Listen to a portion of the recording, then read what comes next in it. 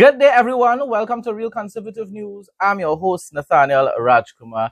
Starting off today, locally here in Trinidad and Tobago, I'm highlighting a post that was made by Gary Griffith, former police commissioner, commissioner of police, Gary Griffith, yesterday. I don't agree with every single little thing that he said, but it's a wonderful post nevertheless. And it highlights the same issues that I have been raising for weeks now. Flaw in the law in relation to Preventive Detention Order PDO. That's the headline. I am asking everyone, regardless of political allegiance, to put aside blind loyalty. UNC people. I'm saying UNC people. He never said that. I'm just telling you all. The only people that are getting on like they're blind right now are the UNC people. And confront the serious danger posed by a PDO, a Preventive Detention Order, something that was barely ever used in the past. Even under the mighty Morphin Ghanaian coal pot bicycle, no harm, no macaroni pie, whole strain, tighten your belt, PNM. In any true democracy, no politician should have the sole authority to sign a document that allows a person to be arrested and imprisoned for months without bail or any meaningful right of appeal. Yet this power can be exercised on the basis of what one politician considers to be credible intelligence. The police can then be directed to arrest and incarcerate someone without evidence being presented, without a witness, without a statement, and without sufficient proof to lay a charge. I don't know how this law ended up passing, but it's craziness. This Preventive Detention Order, people, it is, this has to be unconstitutional. It really has to be. And if it is, the Privy Council defends this nonsense, then God have mercy on Trinidad and Tobago, because we are heading definitely this time around to a full dictatorship. Because if the PNM realize that they can abuse this law too, they are definitely going to use it. I hope and pray that the Privy Council strikes it down. This is the fundamental flaw. This is not about the present circumstances, and this is the part that I don't really agree with. He's still trying to be too politically correct. They can't arrest you for saying that the government is taking advantage of people right about now. You know, Gary Griffith, you're a very brilliant man, and you know that. So there's no need for you to be so diplomatic about this or politically correct about this, Gary Griffith. You could be a little bit harsher. Michaela Pandey and others are harsher. I know you don't want to just come out and directly offend the UNC supporters and the UNC and whatsoever, but right about now, you have a right to do so, Gary. You have a right. So this is not about the present circumstances, nor is it intended to challenge any recent decision made by the current security minister. All that is what I don't agree with.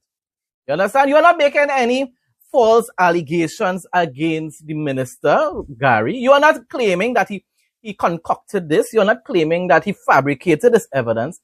Most likely did get some type of information from, I believe it's the SSE or whatsoever. But that's the thing about it. You need to verify that information before going and arresting people. You must ensure that the information that you're given could be able to lead to charges being laid. That's my opinion. This is not what Gary Griffith said. I'm giving my commentary, as I usually do, throughout my report. The issue is the process itself and the dangers and the dangerous power it places in the hands of one political office holder. And that office holder right about now is Roger Alexander, a man that was never known to support the UNC in the past, you know, people. That's the scary thing about it. And this is who Kamala, for some reason, decided to put into one of the most powerful positions in her administration. Government supporters should consider this carefully. How would you feel if in less than 4 years the government changes and a bitter, arrogant, and vindictive PNM security minister is appointed? I say that on a daily basis. The UNC people are fooling themselves to believe as though, well, we could take advantage of the situation, because in no way the PNM will win in 2030. You are not God and you cannot know that. A matter of fact, I've said this over and over again. UNC needs the swing vote even more than the PNM. As long as the PNM gets the entire base to go out and vote, it is very likely they will win. The UNC needs their vote along with the swing voters. The PNM does not need the swing voters as much. They need them, but not as much. Not as much. So people at the end of the day, PNM is not dead. Trinidad, as Andy Williams has said over and over again in the past on his show, Ground Report. The Tobago is not Trinidad. Trinidad has UNC and PNM. Tobago is PNM and whatever other party. Tobagonians say they know what, they're fed up with PNM and how they govern the Tobago House of Assembly. That is not national elections. That is not national elections, people. That is not general elections. You bet you anything. If UNC campaigns in Tobago, they are going to lose. That's why, of course, they need to stick with Falia in Tobago. But getting back to the post that was made by Gary Griffith yesterday, he said, how would you feel if in less than 4 years the government changes and a bitter, arrogant, and vindictive PNM security minister is appointed? That individual would inherit the same power to imprison anyone based solely on his own authority and his personal assessment of what constitutes credible intelligence, even where the police do not have evidence to lay charges. Haven't I been saying that for weeks now? How come the Hardys could be... Now, I'm not saying that... let me be clear about this. Gary Griffith did not say anything about the Hardys. I am saying, how come the Hardys could be in prison for about 3 weeks now, and yet no charges have been laid? So what kind of intelligence you have there? What kind of intelligence did you receive, Roger Alexander? Other people that have been behind bars for months now and the same thing. No charges being laid. What is taking place is wrong. And the UNC supporters that are blindly supporting this because we're in charge fail to understand that when 2030 comes and most likely PNM wins, they will use that against all of you. Don't complain, you know. Don't complain. People like myself who are seeing the wrong, people like Gary Griffith who are seeing the wrong from now, seeing the dangers from now, you know what we will tell you? We told you so. We told you so. And don't dare come if asking any independent-minded people like myself to come out and protest in any pushback, because I am not going to take no arrest from your precious new prime minister when that time comes, and from the precious TTPS when that time comes. I ain't participating in no pushback 7 or 8 or 9 or 10. You hear that, Andy Williams and Lennox Smith and Michael Kerr? Well, he not part of the show anymore, but still. Right? When that time comes, don't all you dare ask citizens of this country to come out in their numbers for any pushback. Because you're not pushing back right now while the government tramples upon the constitutional rights of citizens of Trinidad and Tobago.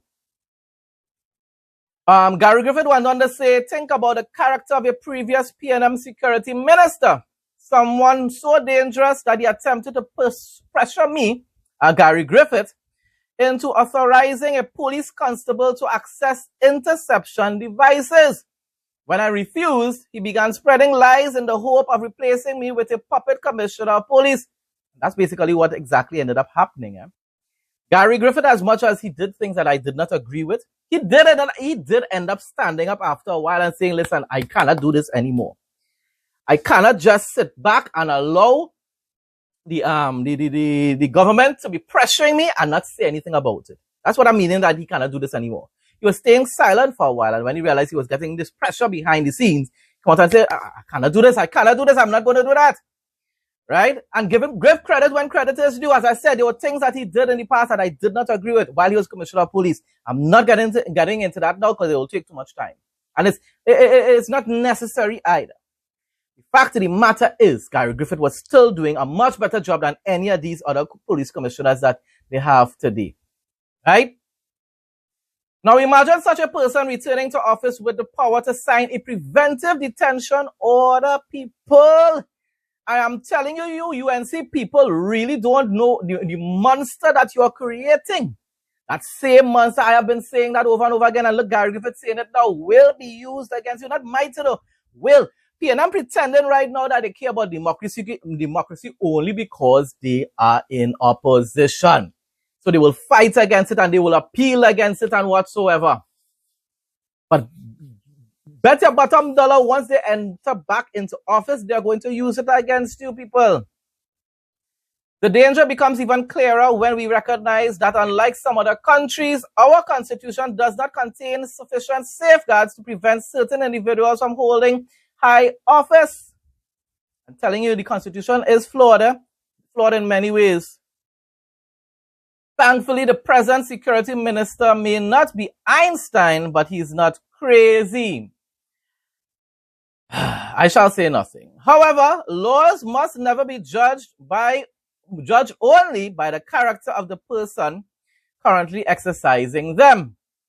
They must also be judged by how they could be abused by the worst possible person who may hold that office in the future. Roger Alexander may not be crazy, okay? He is with sound mind. But the man is still acting like a police officer instead of a servant of we, the people of Trinidad and Tobago. He is still behaving as though he is a police officer in the TTPS. That man is encouraging our prime minister, whether intentionally or not, is by his deeds, by his actions, by the things that he says, his statements, his public statements, and probably whatever other statements he's saying while in meetings with the prime minister. He's encouraging the prime minister to transform our nation into a police state. This man is acting like a TTPS officer instead of a minister of national security. That is wrong what is taking place, people. Gary Griffith went on to say, imagine a security minister using this power to order the imprisonment of the president, the prime minister, the chief justice, or the director of public prosecutions. Imagine them being detained for months without evidence, without access to bail, and without proper legal recourse. So look at that. Gary Griffith even bringing up a scenario that I didn't even think about. What if someone aspires to become the next prime minister of Trinidad and Tobago, to take over the country? That minister could just say, you know what? I got intelligence that some sort of very serious crime is going to be committed by the president or by the prime minister of Trinidad and Tobago, and therefore, I'm calling for the arrest. I'm signing a preventive detention order in order to put this person behind bars. This is a very good scenario Gary Griffith brought up here, or raised here. He said, imagine them being detained for months without evidence, without access to bail, and without proper legal recourse, simply because the minister claims to possess credible intelligence. That same minister could then threaten cabinet colleagues, demanding that they appoint him prime minister or risk suffering the same fate as their political leader. Exactly. This may sound far-fetched, but it is precisely bad laws that turn far-fetched possibilities into dangerous realities. Exactly. It's laws like this that causes a country to become a dictatorship overnight, in years or whatsoever. And then people suddenly say, wow, what have we done? And by then it's too late. There's nothing you can do about it again. The issue is not who holds the power today. The issue is that no politician should ever be given such unchecked power.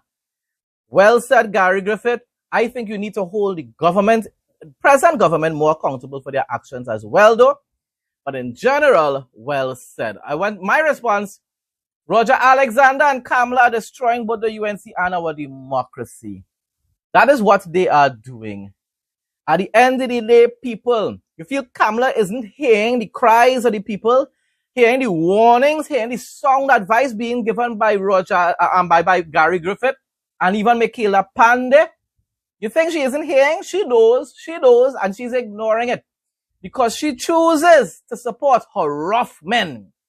And she chooses to continue to impose an SOE in Trinidad and Tobago so that a preventive detention order could be used to imprison people without sufficient evidence to be able to charge them with any crime. She's making that choice, people. She's making that choice. Roger Alexander is making that choice. And therefore, it does not matter whether they have any sort of sinister agenda. Maybe they think they're doing it for the right reason, which is to reduce crime. But you cannot trample upon people's constitutional rights in order to give the impression as though crime is being reduced, which it isn't in any case. All what you're doing here, and people are still being murdered, people are still being robbed, all different types of crimes are still taking place, because this is not the way to address crime. You need to have an effective and a professional law-abiding TTPS in order to conduct proper investigations, so that you could really go after these criminals in a legitimate, proper way, in a professional way, so that when you end up detaining them and arresting them, you can charge them because you have credible evidence. And therefore, during prosecution, these people will most likely end up facing time in prison, and instead of getting compensation for wrongful arrest and false imprisonment, people, this government is destroying. Kamala and Roger Alexander and John Jeremy are destroying the United National Congress and Trinidad and Tobago. Our democracy is being trampled upon.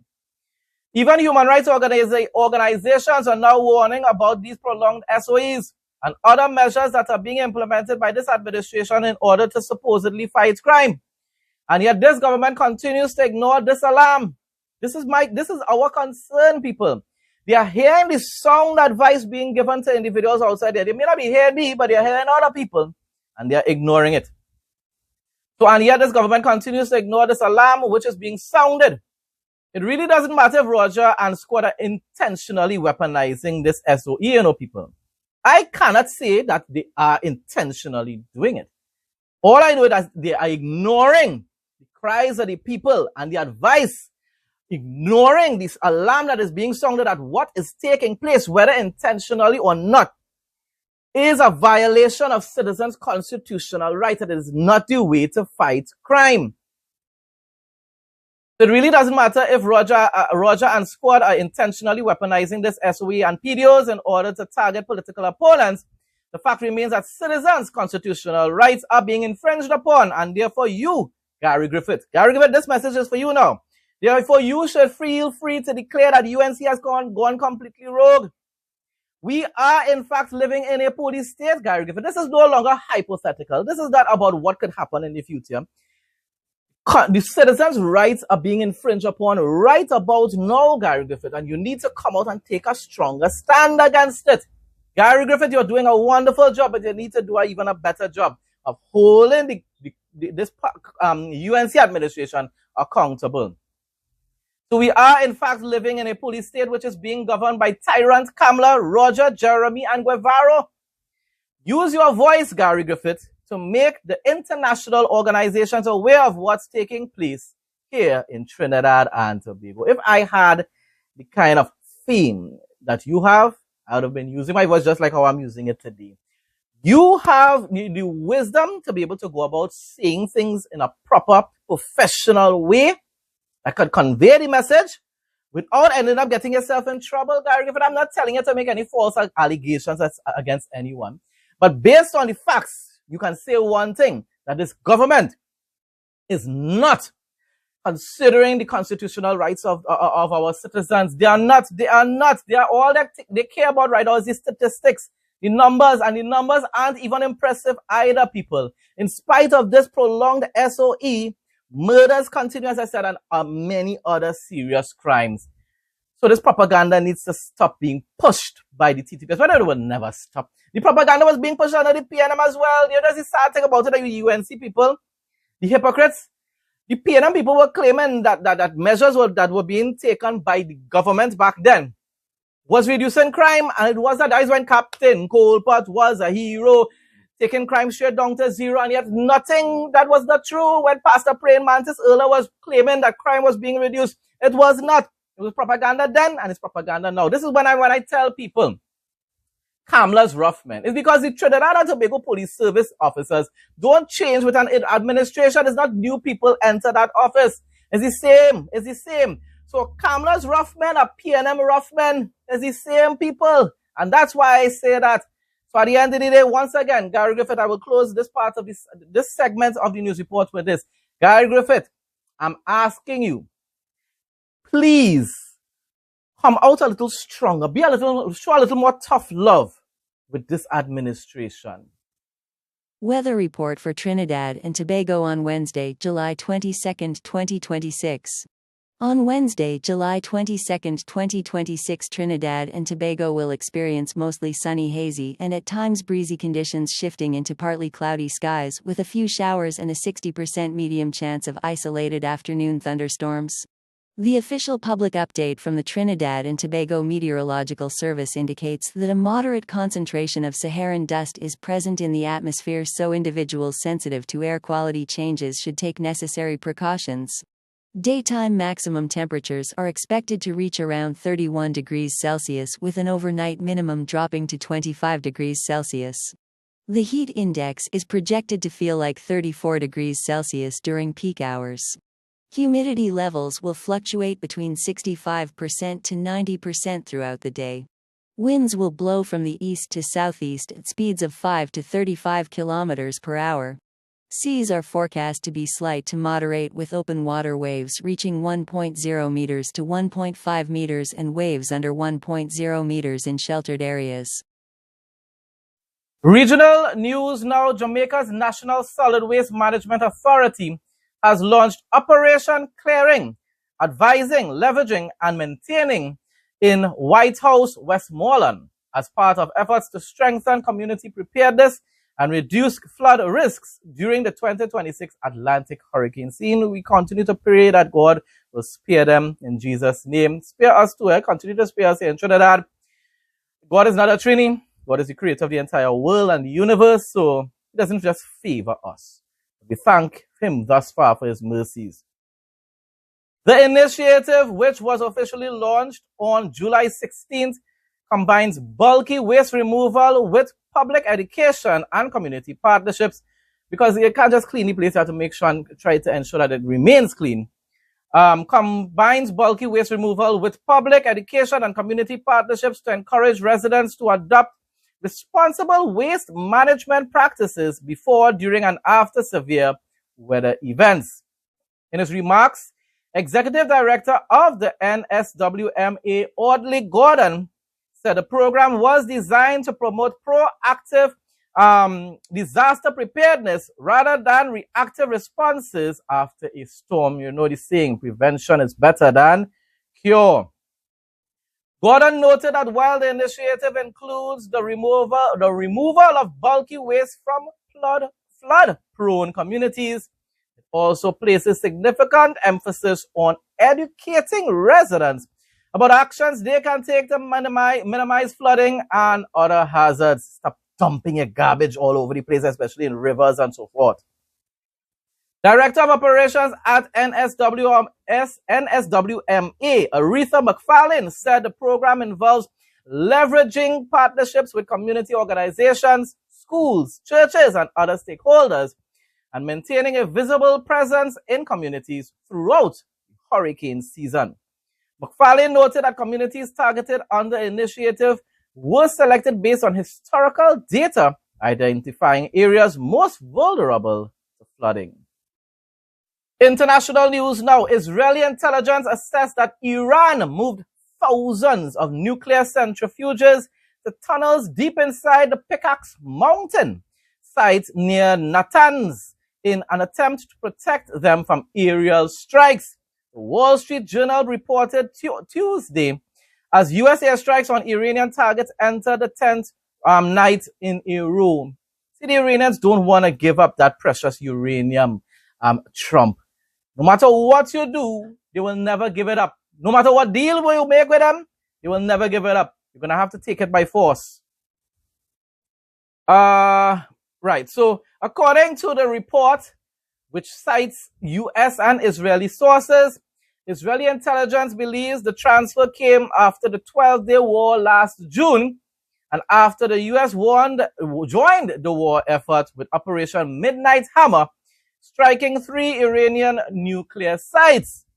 Isfahan, Natanz, but not Pickaxe Mountain. And Fordo. Iran passed intelligence findings to U.S. agencies, WSJ reported.